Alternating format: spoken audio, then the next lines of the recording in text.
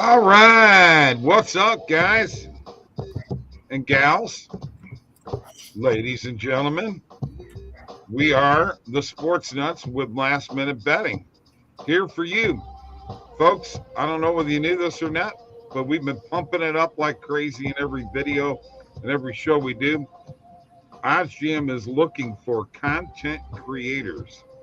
Email me, bob at oddsjam.com. Just email me. We'll get something going. Let's set up an appointment, talk about it. We got the Bet MGM and Points Bet sign up bonuses in the links below. We've got Underdog Fantasy and Thrive Fantasy deposit match below. You got to like this video and you got to subscribe to this YouTube channel because we are kicking butt. Lots of good content coming your way. You're really going to enjoy it. Live chat is available here.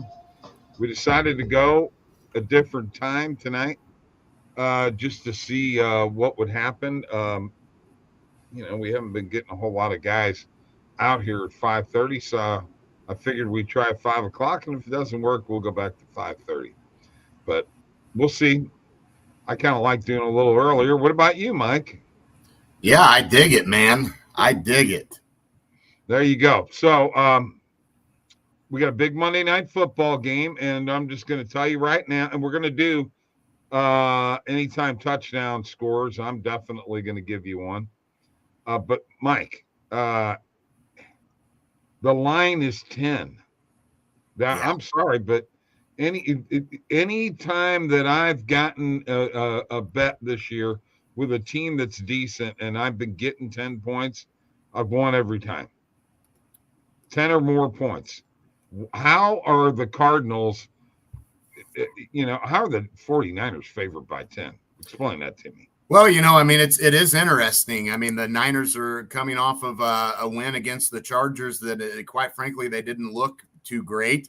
The Cardinals swept the 49ers last season, remember, and they've won 3 of the last 4 times these two teams have played. So Arizona has had some success for whatever reason with San Francisco.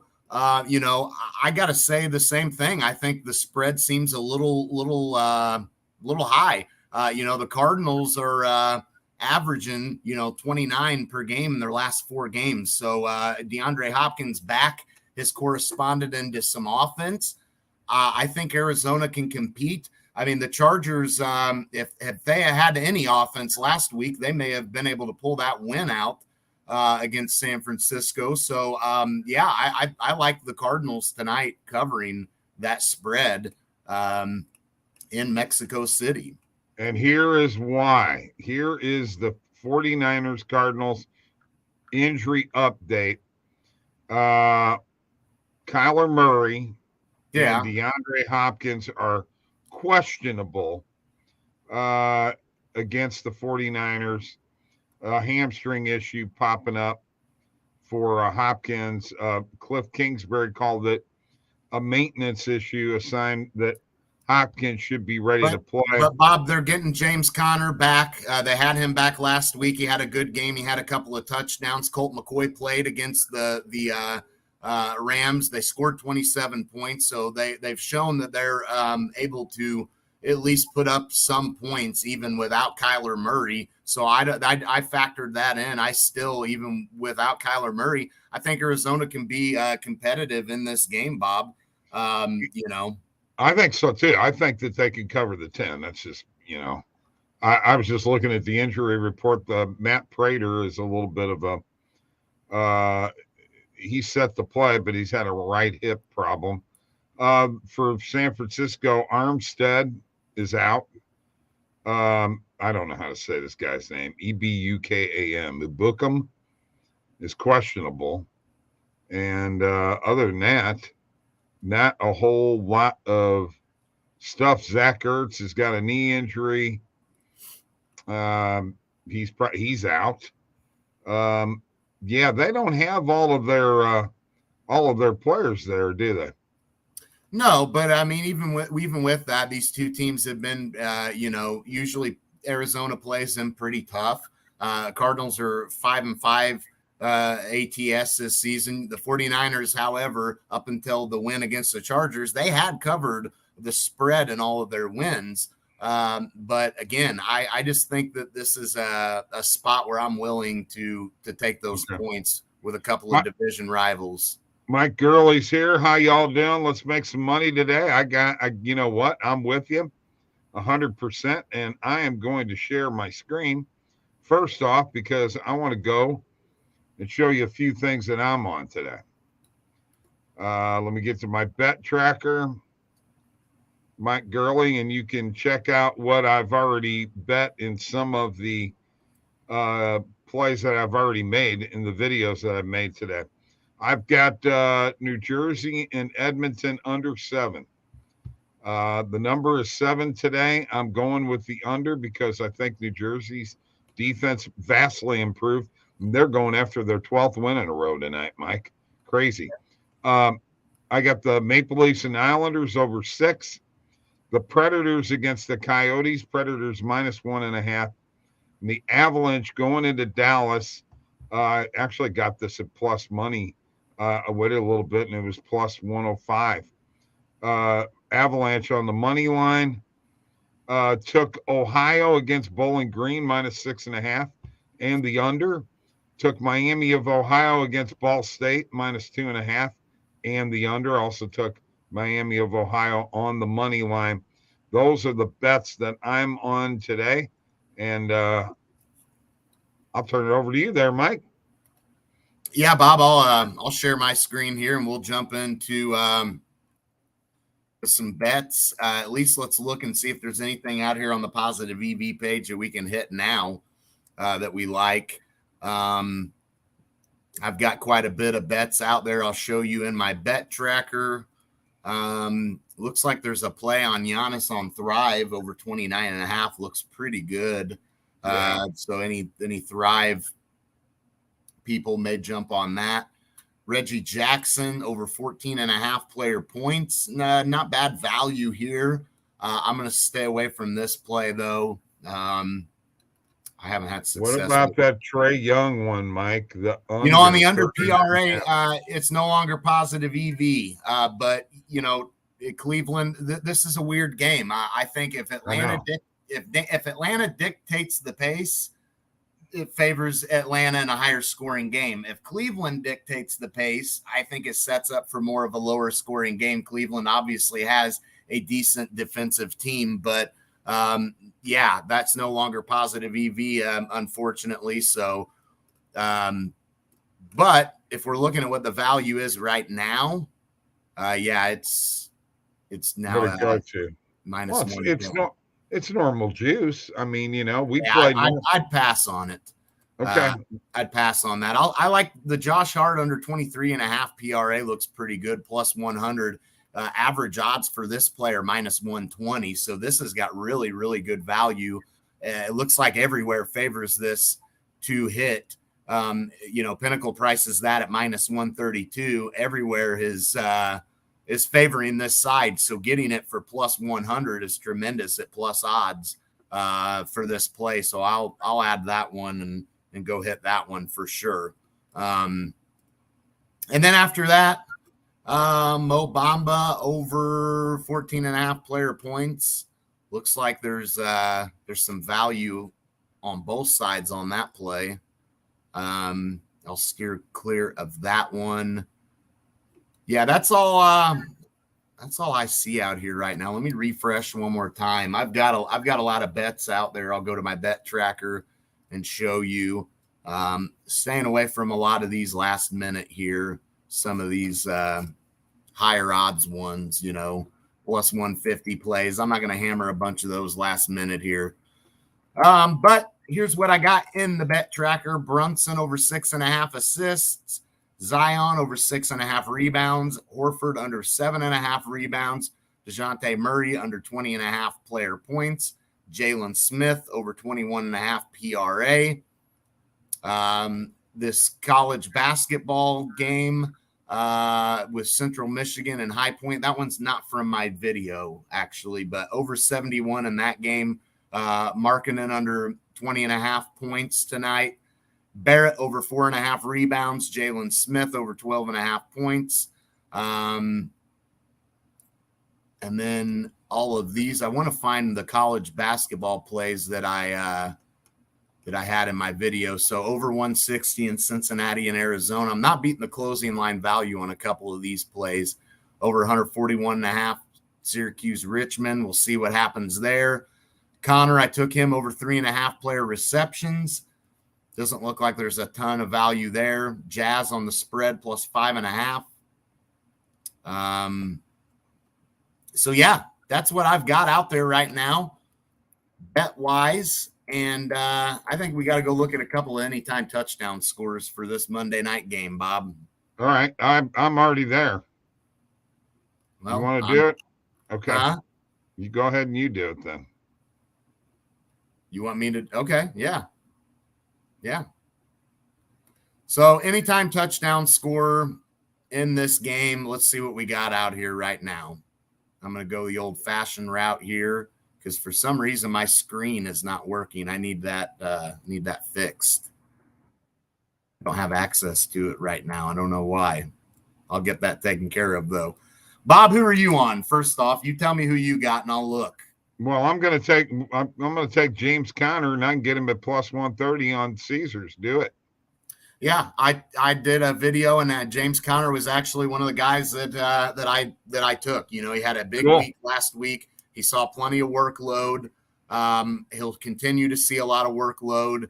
And I like him to find the end zone in this spot. And, you know, I think they'll utilize him a little bit in the passing game too. He has a tendency to get involved in that from time to time. So I agree with that. Bob, the other guy I'm going with is George Kittle. Plus 185. Plus 185 right now on DraftKings, it looks like. Arizona has not really been good defending tight ends this season. They've been beaten pretty badly by them. And George Kittle, I think, is very, very long overdue to get in the end zone, much like I took Lamar Jackson for an anytime touchdown scorer this past week. I'm going to go with Kittle to be due to get in the end zone as well.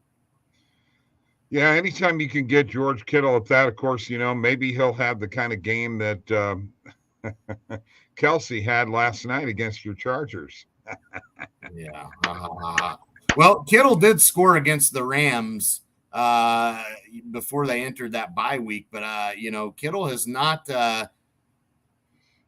he's not done as much as I thought he was going to be able to do. You know? I mean, I agree with you 100%. I mean, to me, they haven't utilized him 100% yet. And, you know, I know he's, you know, had health issues and had been banged up, you know, and all that. But I think they've got to get back to using George Kittle. I mean, the yards after catch that this guy can produce for you, much like with what you saw Kelsey, you know, and what he can do. That's where these tight ends thrive, is yards after catch. I mean, that's why I think you got to utilize these guys, because not only do they get you the initial catch, but guys like Kittle are very hard to bring down. And so is a guy like Debo. They've got 49ers got a lot of guys like that, actually. But George Kittle kind of sets the tone for the physical play, I feel like, a lot of times with his blocking, with, you know, the breaking of tackles and things like that. I think George Kittle kind of is the tone setter for that offense. So got to get back to utilizing him, Bob. Well, I'll tell you what, it's crazy that the 49ers offense has got, I mean, you know, when you deal with Samuel and McCaffrey's minus 140 for an anytime touchdown. That's the worst odds of anybody. But then you got Brandon Ayuk, and Kittle. My goodness, I mean, they've got some weapons. But I tell you, the Cardinals with Hopkins and Conner got guys that can get in the end zone. Yeah, we'll see with Hopkins. You know, I haven't seen if he's officially playing or not. But yeah, I mean, James Conner is a guy that is going to have to carry the bulk of the load in this spot. You know, you saw it last week. It was a big boost for them to be able to give them 20-plus carries. So you want to continue to see that. Rams defense certainly is nowhere near San Francisco's defense, but Colt McCoy did have a rather effective game, 26 of 37, 238 yards, a touchdown, no interceptions is the key. If he doesn't turn the ball over and they can eat up the clock and maintain, keeping San Francisco on the sidelines, as weird as that sounds, an offense that's as inconsistent as San Francisco has been with the weapons they have, I think that's still the approach you got to try to take, and you've got to dominate some of the possession this game. Okay. All right. I want to share my screen real quick because I want to show you something here. We're going to get into a little NFL chat here real quick. And we're actually going to pull up I don't think that we can. Do we have anything on division titles in the NFL right now? Anything on futures with that? I'm going to look at that real quick. And the reason that I ask, no, it looks like just conference winners right now. Okay. Mike, I want to show you this. And actually, I don't even have to show you. I can just tell you, but I'd really rather the audience be able to see this too. CBSSports.com. Take a look at this division. The AFC East has everybody 2 games over 500 or better. Is there a possibility? And then I'm going to shift down here to the NFC East, which everybody's over 500 in that division. Mike, is there a possibility that we could have one of these divisions have all 3 wildcard teams? Very possible, yes. I mean, you saw last night one team that's trying to sneak in there in the wild card is the Chargers. They lose last night, so that helps those chances tremendously. But, yeah, in the AFC East you're talking about, I mean, yeah, there's no doubt. Cincinnati's going to be there because Baltimore and Cincinnati are both 1-2 in that AFC North. I think both of those teams are going to have a shot. Indianapolis and Jacksonville, Houston, nobody in the AFC South besides Tennessee's getting in. And then the AFC West, the Chargers don't look like a team that has a whole lot of chances either, to be honest with you. We know the Raiders and the Broncos are likely done. But with that loss last night for the Chargers, that really puts them back a little bit, and they still got to play Miami, and they still got to play Tennessee. They got a little bit of a tougher schedule left. So, yeah, I think there's a great chance that if not, maybe not all 4, but probably 3 get in. At least in the AFC East, you're probably getting 3 teams in.